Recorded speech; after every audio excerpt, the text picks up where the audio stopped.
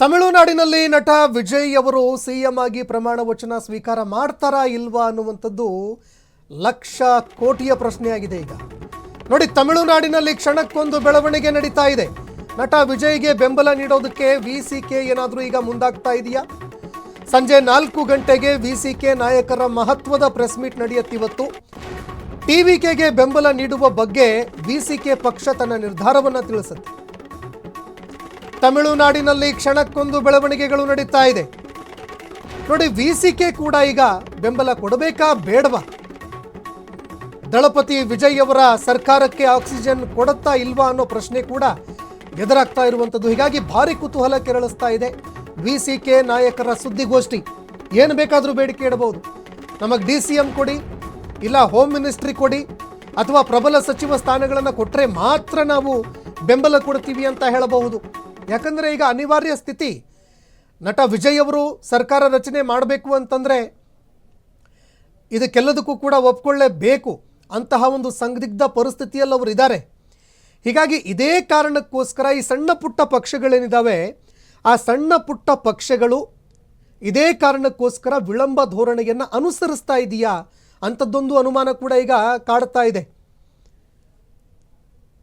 ಒಂದು ವೇಳೆ ಆದಷ್ಟು ಬೇಗ ಏನಾದರೂ ಸಪೋರ್ಟ್ ಕೊಟ್ಟಿದ್ದೇ ಆದರೆ, ಬೆಂಬಲ ಕೊಟ್ಟಿದ್ದೇ ಆದರೆ, ಆಗ ನಾವು ಸಚಿವ ಸ್ಥಾನಕ್ಕಾಗಿ ಬೇಡಿಕೆ ಇಡೋದಕ್ಕಾಗಲ್ಲ.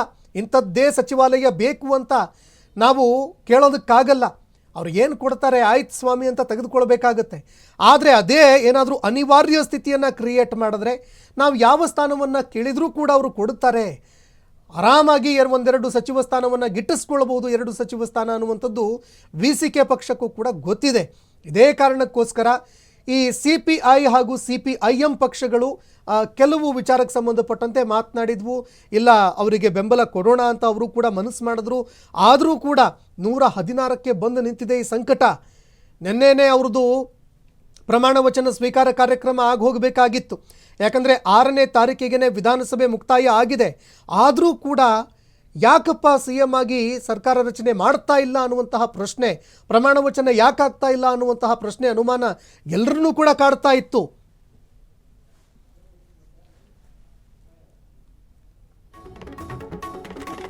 ಇನ್ನು DMK AIADMK ಜೊತೆಗೂ ವಿಸಿಕೆ ನಾಯಕರು ಸಂಪರ್ಕವನ್ನು ಸಾಧಿಸ್ತಾ ಇದ್ದಾರೆ. 2 ಪಕ್ಷಗಳ ನಾಯಕರ ಜೊತೆಯೂ ಕೂಡ ವಿಸಿಕೆ ಮಾತುಕತೆಯನ್ನು ನಡೆಸಿದೆ. ಯಾವ ಕ್ಷಣದಲ್ಲಿ ಬೇಕಾದರೂ ಮಹತ್ವದ ಬೆಳವಣಿಗೆ ಆಗೋ ಸಾಧ್ಯತೆ ಇದೆ.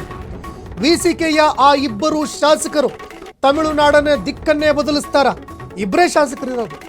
DMK AIADMK ಜೊತೆಗೂ ಕೂಡ ವಿಸಿಕೆ ನಾಯಕರು ಮಾತನಾಡ್ತಾ ಇದ್ದಾರೆ. ನೋಡಿ, ಕರ್ನಾಟಕದಲ್ಲೂ ಕೂಡ ನಾವು ನೋಡಿದ್ವಿ, JDS ಪಕ್ಷ ಯಾವಾಗ ತುಂಬ ಅನಿವಾರ್ಯ ಸ್ಥಿತಿಯನ್ನು ಕ್ರಿಯೇಟ್ ಮಾಡ್ತು, ಆ ಸಂದರ್ಭದಲ್ಲಿ CM ಸ್ಥಾನವನ್ನೇ ಕೊಡಬೇಕಾಗಿ ಬಂತು JDS ಪಕ್ಷಕ್ಕೆ. ಅಂತಹದ್ದೇ ಒಂದು ಸ್ಥಿತಿಯನ್ನು ವಿಸಿಕೆ ಪಕ್ಷ ಏನಾದರೂ ಈಗ ಕ್ರಿಯೇಟ್ ಮಾಡ್ತಾ ಇದೆಯಾ? ಇರೋದೇ 2 ಶಾಸಕರು. ಆದರೆ 2 ಶಾಸಕರಿಗೂ ಕೂಡ ನಮಗೆ ಉಪಮುಖ್ಯಮಂತ್ರಿ ಸ್ಥಾನ ಕೊಡಿ, ಇಲ್ಲ ಹೋಮ್ ಮಿನಿಸ್ಟ್ರಿ ಕೊಡಿ, ಇಲ್ಲ ಮುಖ್ಯಮಂತ್ರಿ ಸ್ಥಾನನೇ ಕೊಡಿ ಅಂತ ಕೇಳಿದರೂ ಕೂಡ ತಪ್ಪಾಗಲಿಕ್ಕಿಲ್ಲ. ಮೋಸ್ಟ್ಲಿ ಅದೇ ಕಾರಣಕ್ಕೋಸ್ಕರ ಏನಾದರೂ ಅಡ್ಡಗಾಲು ಹಾಕಿ ಕೂತಿದಾರಾ? ಯಾರು ಉತ್ತಮ ಸ್ಥಾನವನ್ನು ಕೊಡ್ತಿರೋ ಅವ್ರ ಜೊತೆಗೆ ಬರ್ತೀವಿ ನಾವು. ಯಾಕಂದರೆ ಹಂಗ್ ಅಸೆಂಬ್ಲಿ ಆಗಿದೆ ಈಗ. ಅಲ್ಲಿ ಕಾಂಗ್ರೆಸ್ ಒಂದು ವೇಳೆ TVK ಜೊತೆ ನಿಂತರೂ ಕೂಡ ಅಲ್ಲಿ ಮತಗಳ ಕೊರತೆ ಬರುತ್ತೆ. ಅಲ್ಲಿ ಶಾಸಕರ ಬಲಾಬಲದ ಕೊರತೆ ಎದುರಾಗುತ್ತೆ. ಹೀಗಾಗಿ ಈ ಕೊರತೆಯನ್ನು ನೀಗಿಸೋದಕ್ಕೆ ವಿಸಿಕೆ ಪಕ್ಷ ಬೇಕೇ ಬೇಕು.